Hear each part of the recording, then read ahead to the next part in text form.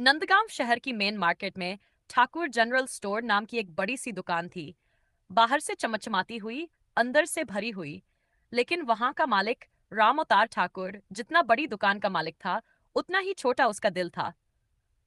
राम अवतार की दुकान में सामान भरपूर था, पर ग्राहक सेवा नाम की कोई चीज नहीं थी।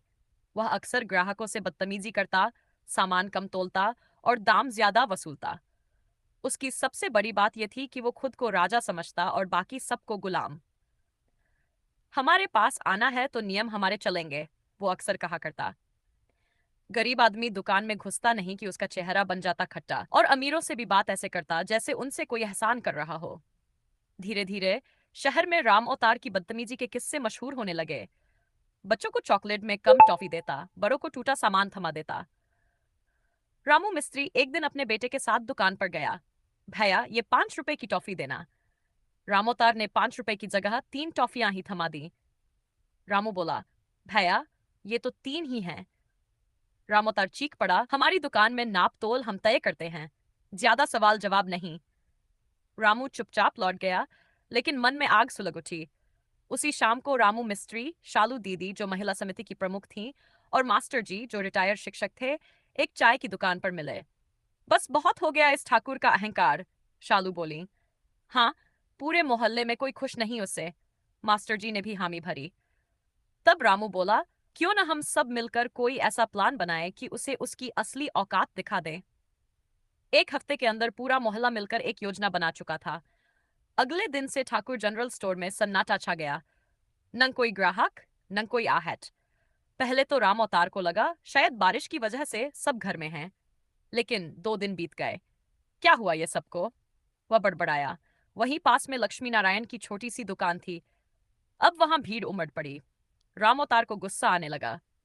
तीसरे दिन उसने एक ग्राहक से पूछा, क्यों बे, सब लक्ष्मी नारायण के पास क्यों जा रहे हैं?